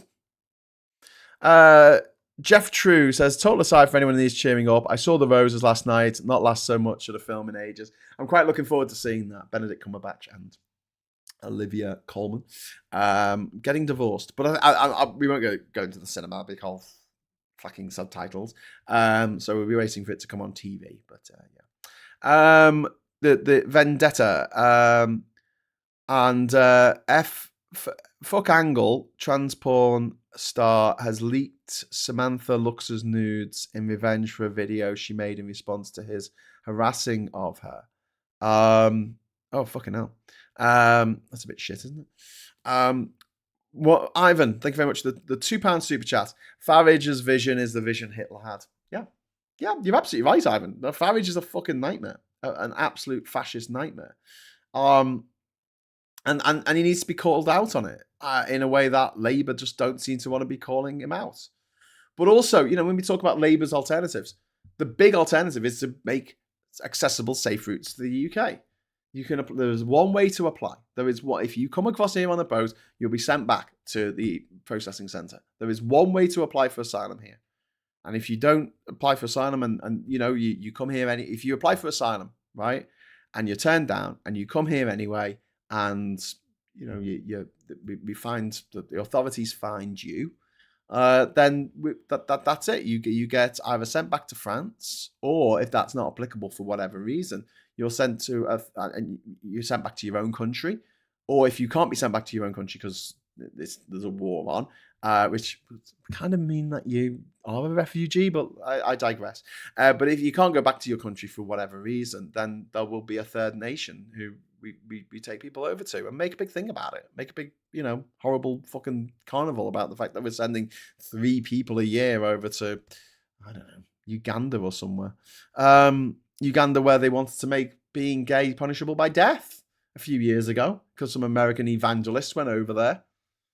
That's nice, isn't it? I've seen it on the speech podiums when they're talking about the green transition, Graham. Yeah, they're talking to their base, I guess. The diminishing base. We're not getting Labour's membership numbers these days, are we? Are we? Tell you what, Labour's conference this year is going to be quite interesting. Anyway, so look, pandering to the left, pandering to the right always backfires. I'll give you some examples. Ed Miliband's controls on immigration's mug in 2015 didn't win him any votes, demoralised supporters and gave credibility to UKIP. Theresa May's go home bans didn't stop Farage. In fact, it empowered him. Every time a mainstream party panders to extremists, it validates the extremists' frame. You're joining their arguments. And then you've got the doom loop of cruelty. Labour copies Tory Farage rhetoric. Farage says it's not enough. Labour panders further and further. Farage still says it's not enough. The end game is that Labour normalises cruelty while never gaining credit. And you could make the same argument about the way they've gone after trans people as well. They're not getting any credit for it. And they're just basically normalising cruelty. And they're not winning any votes. As Phil never tires of saying, like, being cruel to trans people does not win votes. It loses them. So what Labour should do, pick the right battlefield. Don't fight on immigration. You can't win. You can't win. Just quietly fix the system so the votes aren't coming anymore. And fight on taxing the rich. Fight on investing in services. Fight on fixing the economy. Fight on the green revolution. Frame the issue as justice, as just not fair. Like, whose side are you on? the rich hoard wealth or ordinary people who struggle. I mean, I think the rich is a bad term to use. I think they should say the billionaires. Yeah, the super wealthy oligarchs. Call them oligarchs, actually. Maybe that's what we should call the end game of capitalism. It's oligarchy in it. So you already have in countries like Russia. But migrants aren't the problem. Billionaires are the problem. In fact, migrants prop up the NHS. One of the big lies they told in the run-up to the referendum, the fraud referendum, was that our services, our social services are under strain, the NHS and schools and mental health support, and it's under strain because of all the foreigners coming over here and clogging up the system with their foreignness, which was a complete lie. In fact, these systems wouldn't work if people weren't coming from other countries. They just wouldn't work because we have an aging population. It's just the reality of life right now. And offer hope, not scapegoats.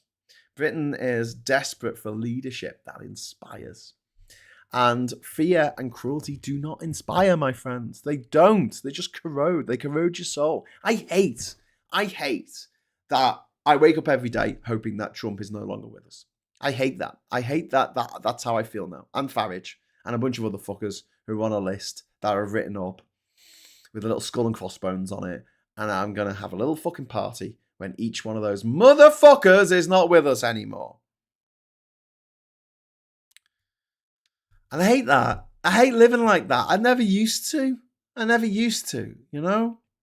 I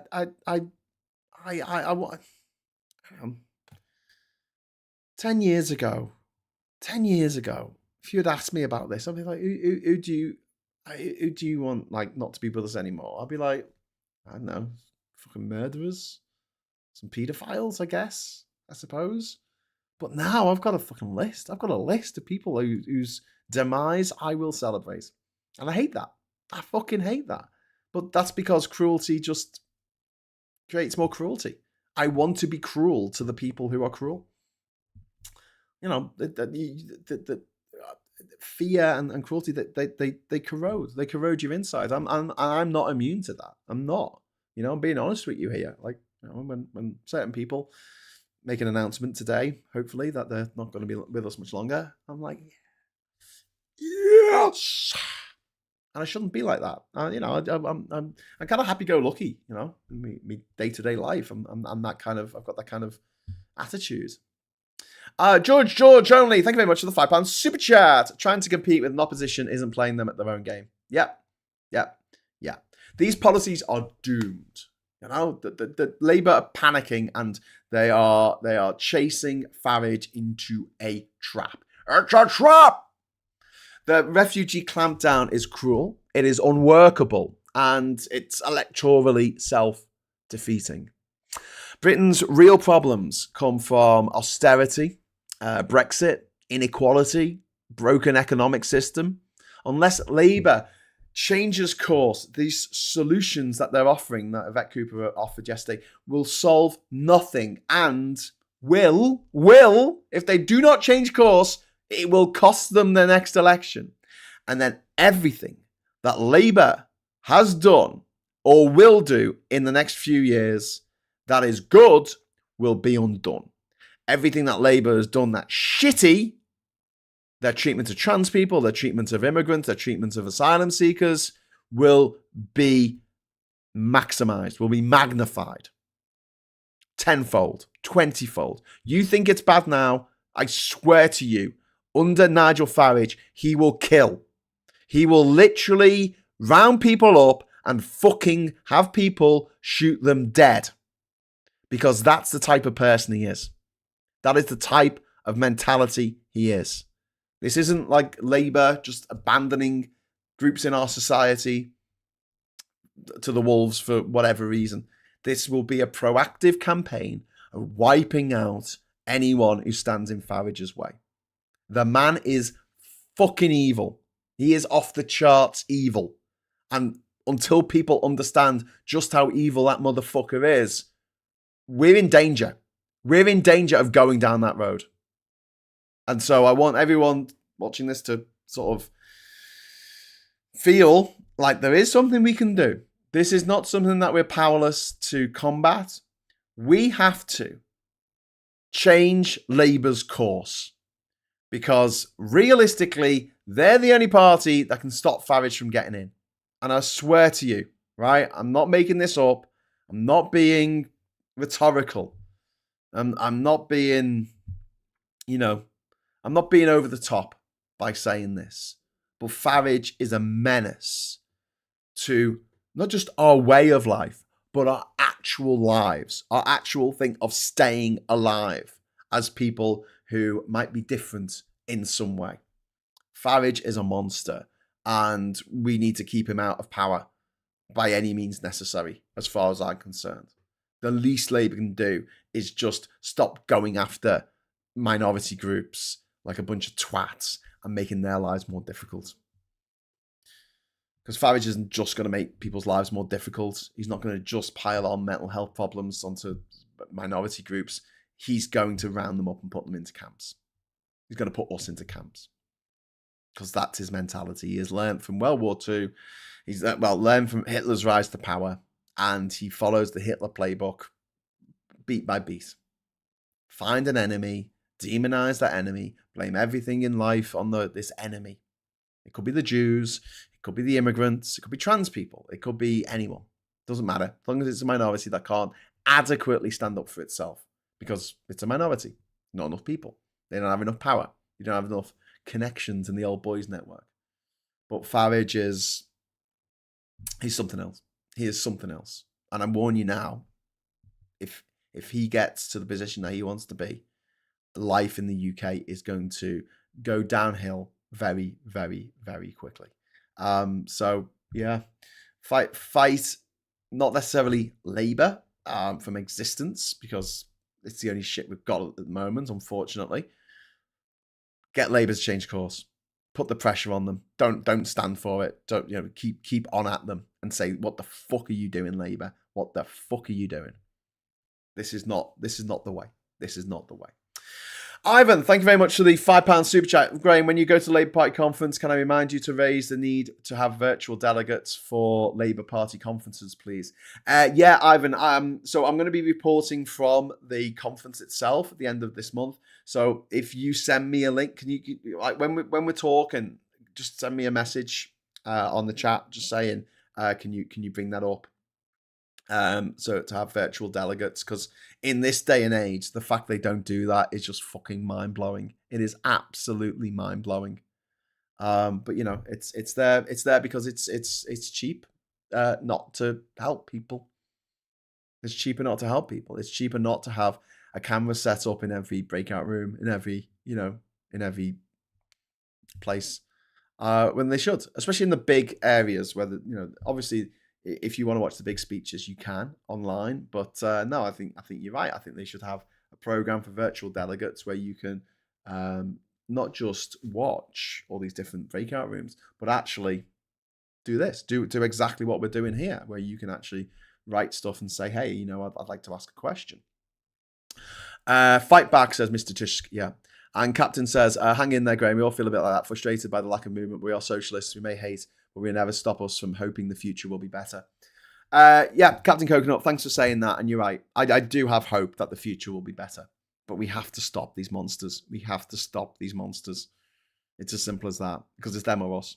It is them or us. They'll come after us. Of course they will. This is what they do. It's what we're seeing in America. Latinos for Trump. How'd that work out for you? Hey? 55% of people who voted, who are part of unions, voted for Trump. 55%. And now he's fucking trashing all the unions. Well, not for much longer. I think it'll be President Vance by the end of the week, by the looks of things. But fingers crossed. Actually, I don't want it to be President Vance, but my point will remain on Vance is he is very, very, very unlikable.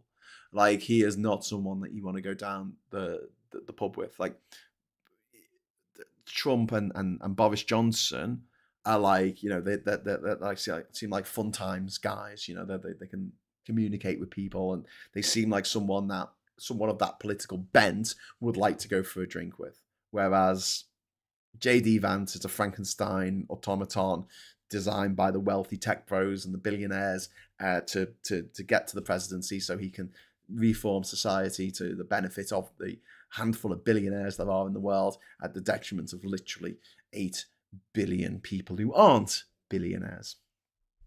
But there you go. I give up. YouTube clearly didn't want me to make my point, says Gallifreyman. I'm sorry. I don't know why it's censoring you, Gallifreyan. L says EHRC imposing within a week. They're fast-tracked probably before they can be challenged in court. If I put in place and reverse, they still have achieved damage and public opinion. Yeah, the handling of trans issues in Labour has been nothing short of fucking disgraceful, and it's doubly frustrating because one is the immorality of it, the fact that this is just bereft of any goodness, decency, value in moral set terms, but also, it's politically stupid. That's what winds me up more than anything else. I think I get more annoyed by stupid shit. If it's evil and it's quite clever, I go, well, I've got to give it credit for being quite clever. But this is evil and stupid. And stupid evil is the most fucking toxic form of evil because you can't reason with it. It's like, why are you doing this? Oh, because it's got to be done. It's got to be done. We've got to protect women. Got to protect women going for a piss. They might go for a piss and someone who's trans might watch them having a piss.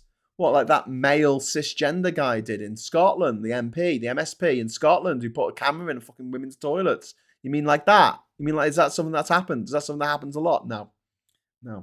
But you know what? If it happens once, then that's all trans people.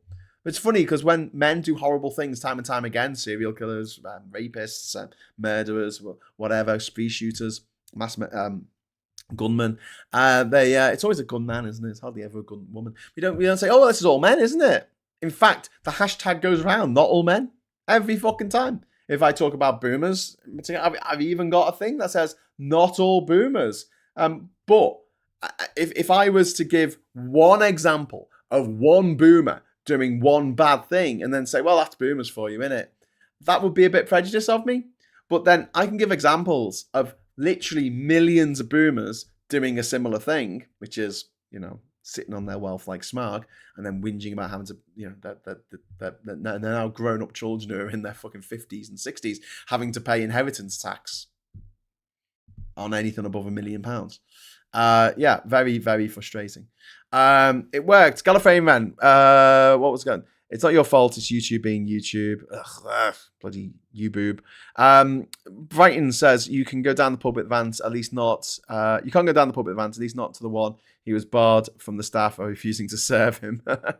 Yeah, but you saw it when he went into that donut shop, didn't he? And he tried to make small talk, and it was just so stilted and just shit. And one of the things I really like doing, right, when I'm out and about is making people smile or laugh, right? And I'm quite good at it. And I don't do it by looking at someone miserable and saying, oh, give us a smile, darling. Because that's not how you get a smile out of someone. A smile can be as simple as just, holding the door for someone or making a bit of small talk when you buy a coffee or something like that. That's that is just, that's the social lubricant of life. But JD Vance and also Keir Starmer, I've got to say, Keir Starmer's similar to this. Like, whenever they try and have a conversation with someone, it just appears really stilted, and he doesn't really have the ability to make people smile necessarily or make them feel. I don't know. I mean, I've met Keir Starmer, but he just doesn't come across as someone who's just got that way of carrying himself that bright and breezy and makes people feel good, like makes people gives people a little bit of a spring in their step, a little bit of sunlight in an otherwise monotonous day. JD Vance and to some extent Starmer, they just add to the monotony. You know what I'm saying? And I always as someone who worked in bars for 4 years, actually I worked in a bar when I lived in Panama. I was living on a private island working in a bar. But yeah, I always look at how people treat people like the wait staff, people working behind the bars, and if they're rude to them or they're snappy or they click their fingers, fucking hell, That's not someone I want to hang out with. That's not someone I want to hang out with. Do you know what I mean? It's just like, oh, this is expected. You know, you don't make eye contact with the wait staff kind of thing. It's just so pretentious. And they generally, those people, they turn out to be not very nice people, in my experience. I think you can draw a lot of judgment on how people treat people that they see as being below them on a social strata. And also there's that famous line of be careful how you treat people on the way up, because you'll meet them back again. You'll meet them again on the way back down. George, thank you very much for the £5 super chat. If you want to play someone at their own game, you copy their methods to promote your principles and objectives that they oppose. Racism isn't method. Absolutely. Racism doesn't make any sense. Racism is just bereft of logic. But yeah, I mean, just to go back to the point about boomers, like I can give lots of examples of boomers being twats, right? Lots and lots of. And even then, I have to have my not all boomers thing come up, because obviously I offend people who are boomers. They're like, I'm not like that. But with trans people, it's like one trans person in the world does something wrong, does something awful, right? And then all trans people get twat with that same brush. Now try pulling that on black people, try pulling it on Muslim people, right? See the kickback you get, right? From the left, quite rightly, people go, no, you can't brush an entire group of people, an entire cohort of people on the actions of one person or even a handful of people. But the left are very quiet, aren't they, when it comes to trans people who, you know, one person saw something bad and everyone's like, oh my God, this trans person did this awful thing.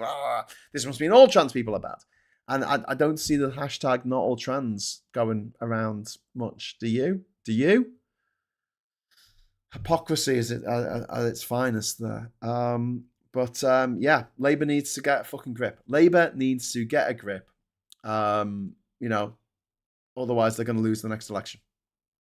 The way they're going, they are going to lose the next election. Okay, so moving on. Frig's love and blessing. Oh, that's nice. So, my friends, my dear friends, we're going to just jump into the newspapers for a brief moment. Obviously, when I was sort of doing this on my phone yesterday, the whole thing was the newspapers, but I had an actual topic to talk about today, and I had a couple of monitors so I could keep an eye on what I'm talking about and try and keep on target. Stay on target.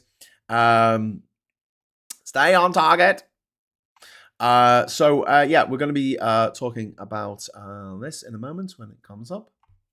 Okay, so we've got the Independent here. Flog on the Tyne. Isaac joins Liverpool in record 130 million deadline day move. And there you go. And there's a line there. CEO snatched hat from boy at US Open. I made a huge mistake. I don't know if you've seen the footage of the CEO, fucking creep, stealing this hat off this. So the tennis player gives this kid the hat. And this man grabs it out the kid's hand and puts it in his bag. And it's just, you're watching it going, oh my God. CEOs, eh? CEOs. Now, I'm not saying that just the actions of one or two CEOs. CEOs. Thousands of them around the world. Gobshites. The vast majority, gobshites. And they should not be surprised when one day things turn. Because the moment that we realise there's more of us than there is of them, they could be in trouble. Especially if they're going to behave like this. Especially if they're going to take candy from a baby. That sounds like a lark. Come on, Smithers. Reeves sidelined as Starmer hires new economic team. PM tries to sharpen his ailing government by moving Chancellor's former deputy, Darren Jones, into the number 10 team, along with economist Minshus Shafiq. As speculation grows, October budget will include major tax rises. Well, I hope it does. On the rich, please. Not on the rest of us. Not on disabled people, please. Not on trans people. Not on people earning minimum wage. Don't tax them. Tax the fucking rich. Sad day for boxing, as Joe Bugner dies at the age of 75. We've got Farage's "Till I Get Rid of You" threat to PM. Nigel Farage has accused Sir Keir Starmer of lying to the nation repeatedly over migration, warning him, "I'll get rid of you." So there you go. And there's Emily Blunt, private school mafia, of course, but She's good. She's a great actress. And she's, my wild return in The Devil Wears Prada. So good on her. Then we've got tributes to Joe Bugner there, the boxer. He's got a boxer's nose, hasn't he? And then Emily, My Grope Hell. This is Star's TV set horror. This is Star from Rivals. Emily Attack was groped on set or at rap parties multiple times by a string of TV sexual predators, which doesn't surprise me at all, and it's really, really grim. And then we've got Asylum Hotels Pledge, which is Keir Starmer saying he's going to close them all down, which is what they said before they even got into government. I've got a way of closing them down. And then we've got, should you swap to a drug that's better than aspirin for preventing stroke? I struggled with food addiction. Here's I found it after the game. What's the cause of your breast pain? Jesus Christ. It's like hypochondriacs fucking weekly, isn't it? Look at that. And then we've got Amanda Seyfried yesterday in Venice. She's in Venice. There she is. It says it there, Venice. And then we've got 1 in, 1 out fiasco, 3,567 in, 0 out. As Labour unveils asylum crackdown, Cooper admits no small boat migrants have been sent back to France since returns deal was signed. So there you go. There's the cover. There's the cover of the Daily Mail today. The Daily Mail, my friends. The Daily Mail. Front cover, 1 in, 1 out fiasco. Did they lead with the fact that Labour are now making it more difficult for families to come over? Did they lead with the fact that Labour are going to make it harder for students to claim asylum after they finish their courses? No. What's the cover? What does it say? Let's translate it into English, right? Not enough. What else Labour's doing? Not enough. As Labour unveils asylum crackdown, it is not enough. And it never will be. It never will be for these fucking ghouls. For the gobshites who write and run these newspapers. Secrets of life inside the Bake Off tent. Okay. And then we've got Carragher. Liverpool are the new Galacticos. I don't even know what that means. There's a Daily Telegraph here. Smiling through the pain. Reeves put on a brave face after being frozen out by Starmer. Why has she been frozen out? Why has she been... Darren Jones is just one person from her team who has been moved into the PM's team.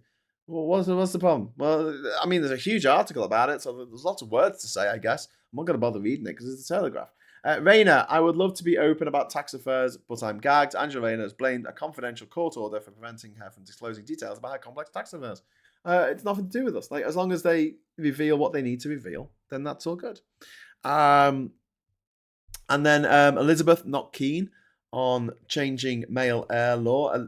Elizabeth II was not overly enthusiastic about changing the primogeniture law, which is about the firstborn being male rather than female if they're going to become a new king or queen.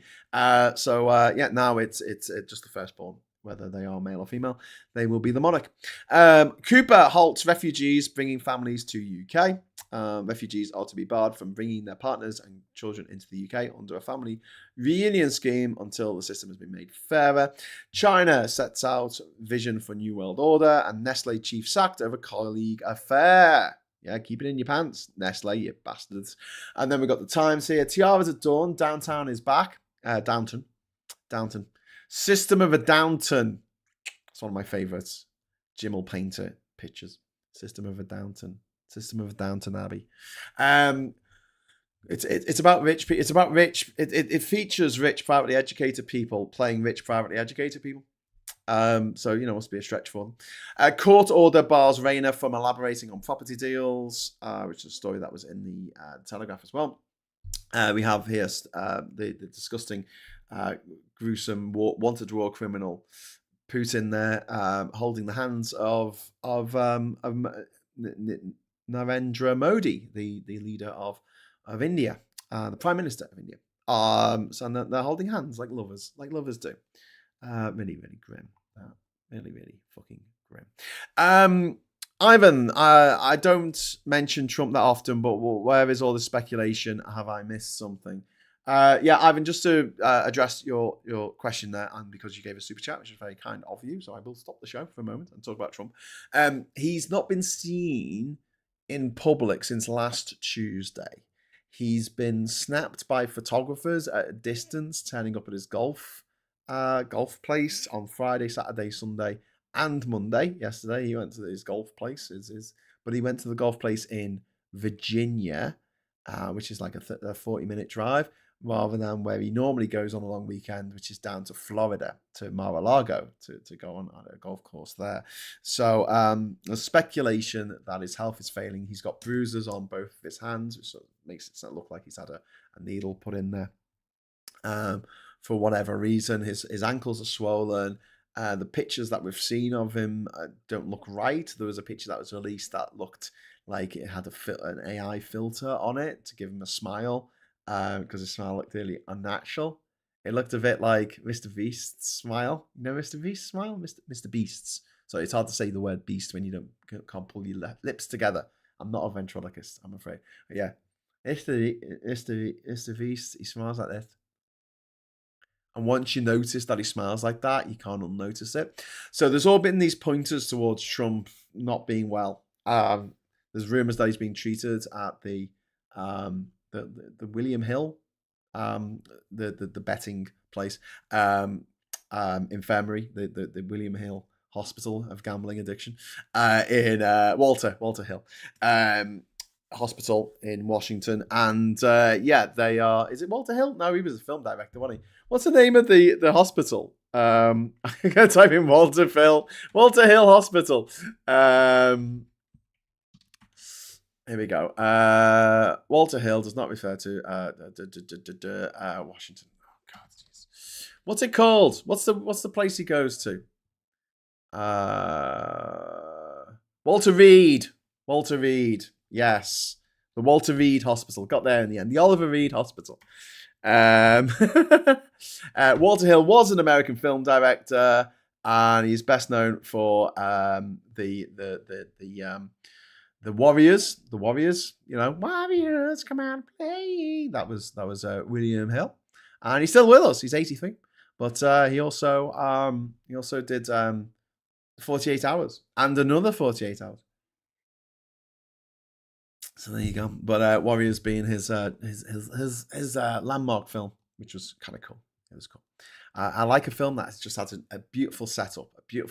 It's just a gang of weirdos going through New York in the middle of the night, trying to get to Coney Island before they get taken out by another gang of weirdos. And it's a retelling of the Odyssey. It's brilliant. It's the daftest film you'll ever watch. It's lovely. It's amazing. It's a retelling of the Odyssey, but set in these mad gangs of New York. And it's not like gangs of New York like Scorsese. It's like the baseball furies, who are people who dress up like a cross between Alex's Droogs from A Clockwork Orange and people who really like baseball. And they go out with their baseball bats. There's a scene with the Sirens where the Sirens take them in. It's very good. It's very entertaining. I really recommend The Warriors as a cool old movie to watch. Anyway, that's Walter Hill. Not to be confused with William Hill. And not to be confused with Walter Reed, which is the hospital that Trump went to. Sorry, tangents. How do you get from there to there to there? That should be my game, shouldn't it? Tangents, where you have to talk for like 5 minutes and you're given like 3 completely different things to talk about, and you've got to try and link them. Going off on mad little tangents. Anyway, so Vance won't have a personality cult. Exactly. That's why I want Vance to be president rather than Trump. I don't want Vance to be president because he's an evil motherfucker and he will do terrible things, but he doesn't have the personality cult. He won't be able to foment a civil war because people won't fight for him. People will fight and die for Trump. People will sacrifice their children for Trump. You've got to understand, they love Trump. They love Trump more than they love their own children. Ivan, thank you very much for the £5 super chat. I just think that Vance would be even worse and even more dangerous. Yes, he will be, in terms of he's not as difficult to control as Trump, because Trump, for all the oligarchs, like, put him in place, he's difficult to control. J.D. Vance is Frankenstein's monster. He is an automaton who's been put together by the elites to be this everyman. A fake everyman who's going to do exactly what he is told to do. He's the guy who said that Trump was Hitler, and then went and became his vice president. Got on the ticket with him after saying that this guy is Hitler. Oh no, I'm happy to work with Hitler. Yeah, when I said he was Hitler, I didn't mean in a bad way. But the fact that he hasn't got a personality cult gives me hope, Ivan, because people will not sacrifice their firstborn for him, whereas they will totally do that for Trump. So, moving on to the next paper. Refugees to be stopped bringing in families, which we covered this morning. Software helps more stroke victims recover. Half of stroke victims are now fully recover after the NHS introduced revolutionary software that allows patients to get a diagnosis up to 1 hour faster than traditional methods, which is fantastic. Breakthrough there. We're going to go over to The Guardian now. We've got PM tries to regain policy control from Treasury in number 10. Shake up. Shake it, shake it, shake it. And we've got anger over... It's not that much of a shake-up. It's like one person moving. I mean, really, it's just one person moving from the Treasury over to the number 10. From moving next door from number 11 to number 10. Brilliant. Well done. Anger over crackdown on refugee families. And then we've got more than 800 dead in Afghan earthquake and a really disturbing picture of a man carrying a baby. Daily Mirror here, and there's Emily Attack there saying I've been sexually assaulted on set, which is really horrific and should be investigated, and anyone found to have done this, she should be believed, for starters, believe the victim, and yeah, we should find out what's happened, and we should get to the bottom of it, and those people should never work in this town again. Wills and Harry, the unseen pictures when they were friends. And then we've got e-cig epidemic fear, ban the vapes. Scientists warn of irreversible harm to young people's brains and hearts. Health experts have called for vapes to be axed amid fears that devices could raise the risk of strokes, cardiovascular disease, and asthma. No surprise there. You're breathing in smoke. You're breathing in toxic fucking chemicals in the form of smoke. I'm just, this is why, the people who work for the fire people, the fire brigade people, yeah, with the big red fire engine, woo woo. They turn up, and they go into a property that's on fire. They wear respirators because you see the smoke, bad for you. See smoke, bad for you. There's no world in which smoke is good for you. There just isn't.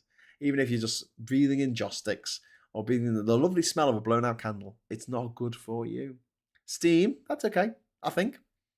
Unless you're breathing in fucking, I don't know, vaporized mercury. But, smoke, not so good. Not so good. Not so good.